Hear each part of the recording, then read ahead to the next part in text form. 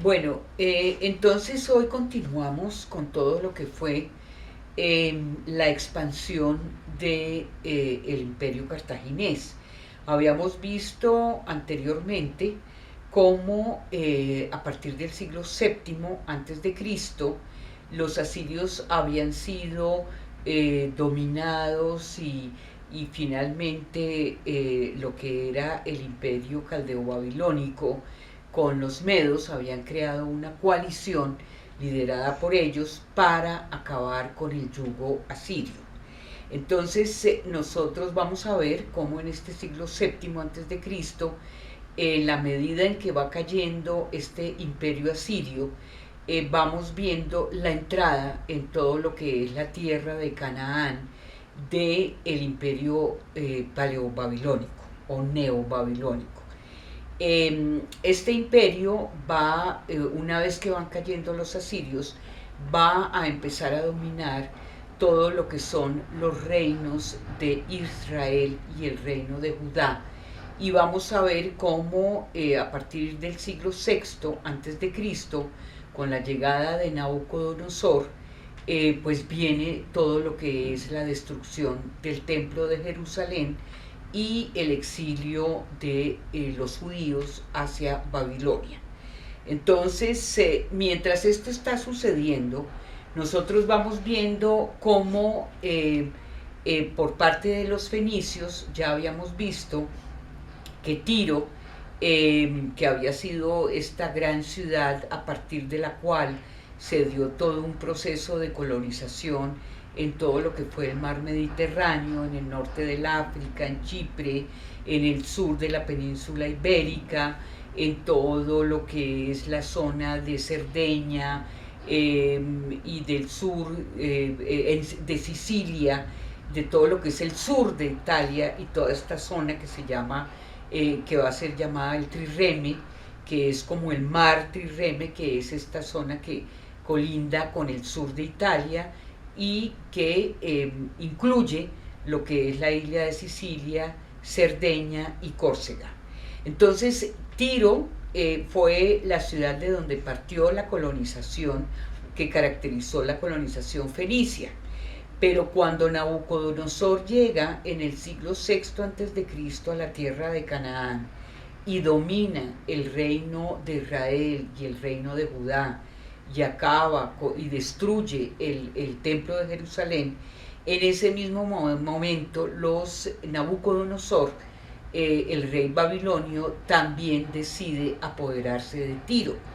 Y en la medida en que Tiro no se doblega,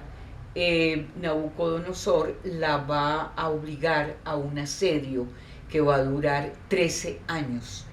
Y en esos 13 años, pues Tiro aguanta porque tenía una posición privilegiada para defenderse, tenía como toda la estrategia para hacerlo, pero es un asedio muy largo que la va disminuyendo y al final del asedio realmente Tiro ya abandona todo su imperio colonial y Tiro queda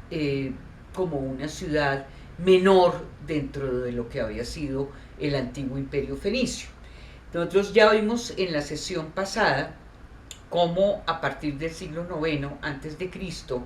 justamente en Tiro, en el momento de la sucesión del trono de Etobaal, se da esta lucha entre sus dos hijos, ¿sí? Elisa, o Dido, como la llamaban, contra su hermano, va a llevar a que Elisa, después del asesinato de su esposo, tenga que huir hacia Chipre. Y en la medida en que ella huye hacia Chipre y luego llega a Útica y luego llega a Cartago, la gran ciudad, el gran puerto de colonización fenicia, ella va a lograr conformar un imperio cartaginés con una población fenicia que diríamos que pertenece como a una segunda etapa, como ya lo habíamos visto, donde esta segunda etapa de fenicios corresponde a los exiliados que van a darle un carácter, una personalidad particular a este nuevo imperio que se va a forjar desde Cartago. Entonces, nosotros vemos que en la medida en que Tiro abandona sus colonias, Cartago se empodera, Cartago se vuelve un puerto de un gran poder, de una gran riqueza, y empieza a llenar los vacíos que dejó Tiro de todo su imperio colonial. Y Cartago va empezando a poblar, digamos, a dominar todo lo que es el sur de la península ibérica, va a dominar todo lo que es Córcega, Sicilia, Cerdeña, el norte del África. O sea, ella retoma, es como un segundo relevo, digamos, que hace Cartago y hace este nuevo imperio cartaginés. Entonces, cuando Cartago empieza a,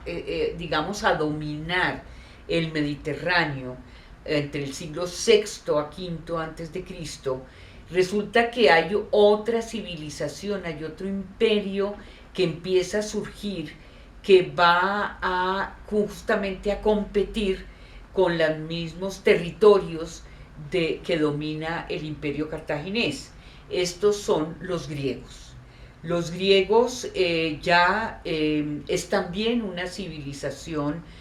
marítima, comercial, que también busca su dominio a lo largo del Mediterráneo. Y ya los griegos desde el siglo VIII habían dominado todas las costas del Mar Negro y empiezan a entrar hacia el Mediterráneo occidental. Digamos que en ese Mediterráneo occidental el territorio codiciado por cartagineses y griegos va a ser Sicilia. Allí en Sicilia, que ya estaba bajo dominio cartaginés, los griegos logran como dominar una ciudad muy importante para ellos que va a ser Siracusa. Y es en Siracusa donde los griegos van a establecer un fortín. Entonces nosotros vamos viendo que en la medida en que los cartagineses logran dominar el Mediterráneo entre el siglo VI a V antes de Cristo, ahí tienen que enfrentarse con este nuevo imperio griego que también quiere dominar el mar Mediterráneo. Hay una zona que no mencioné que es importantísima en el dominio de la expansión griega, que no solamente es el sur de Italia, sino sobre todo la costa mediterránea del Asia Menor.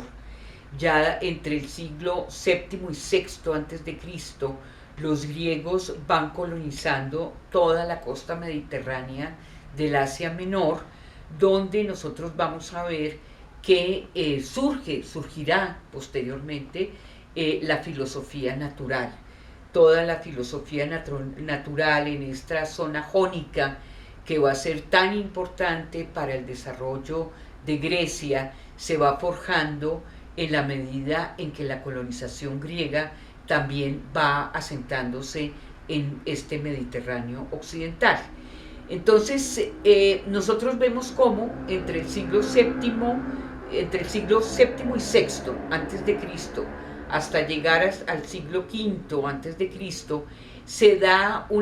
digamos, hay una competencia entre los cartagineses, el imperio cartaginés y el imperio griego por el control del Mediterráneo. Entonces, ya cuando los cartagineses han logrado hacia el siglo V un dominio sobre el Mediterráneo, pues vamos viendo cómo se van a dar una sucesión de guerras. Son siete guerras sucesivas que se establecen entre los griegos y los cartagineses por el control del Mediterráneo occidental. Mientras tanto, pues ya habíamos visto, ¿no?, cómo los babilonios habían dominado toda la tierra de Canaán y habían dominado los reinos de Israel y de Judá y habían destruido el templo de Jerusalén y se había provocado este exilio de judíos hacia Babilonia. Todo este proceso se está dando mientras en el Mediterráneo se están enfrentando cartagineses contra griegos. Ahora, los griegos van entrando, van compitiendo. De hecho, Sicilia, como ya lo habíamos visto, Sicilia estaba dominada por los cartagineses, pero los griegos tenían un fortín muy importante que era Siracusa. Sin embargo, en este enfrentamiento entre griegos y cartagineses, los cartagineses no habían sido conscientes, a pesar de que ya tenían todo un comercio establecido en el siglo V antes de Cristo, habían establecido zonas de factorías y artesanías en lo que era Cerdeña y Córcega, y tenían todo un comercio con unas tribus que estaban en el sur de Roma y en la costa del sur del sur de Italia, que eran los etruscos. Estos etruscos van a establecer un comercio con los cartagineses, y hacia el siglo V antes de Cristo vemos que los cartagineses empiezan a divisar a lo largo de todo el Mediterráneo que hay una nueva fuerza muy importante que se está desarrollando en Italia, en el sur de la bota italiana, que va a ser Roma. Los romanos va a ser un grupo que va a acabar con los etruscos más o menos hacia entre el siglo IV y III antes de Cristo, y que una vez que dominan el sur de Italia y que dominan toda esta costa del mar Mediterráneo, quieren empezar a expandirse, pero se ve en esta expansión que ellos buscan, inicialmente en Sicilia, se encuentran con que Sicilia pues está dominada por cartagineses y por griegos, y lo que vamos a ver va a ser una confrontación entre romanos y cartagineses, en la medida en que Roma también entra en este momento a competir por el dominio del Mediterráneo. Entonces va a ser justamente en torno a la isla de Sicilia, que es el territorio más codiciado por estas tres fuerzas que tienen ese gran poder en el Mediterráneo, que son los griegos, los cartagineses y este nuevo actor que empieza a entrar hacia el siglo IV, III antes de Cristo, que son los romanos. Vamos a ver cómo se va a dar una guerra entre cartagineses y romanos por el control inicialmente de Sicilia para poder seguir con el Mediterráneo. Esta será lo que llamaremos la Primera Guerra Púnica, y vamos en la próxima sesión ya a entrar en lo que van a ser las guerras entre cartagineses y romanos por el control del Mediterráneo.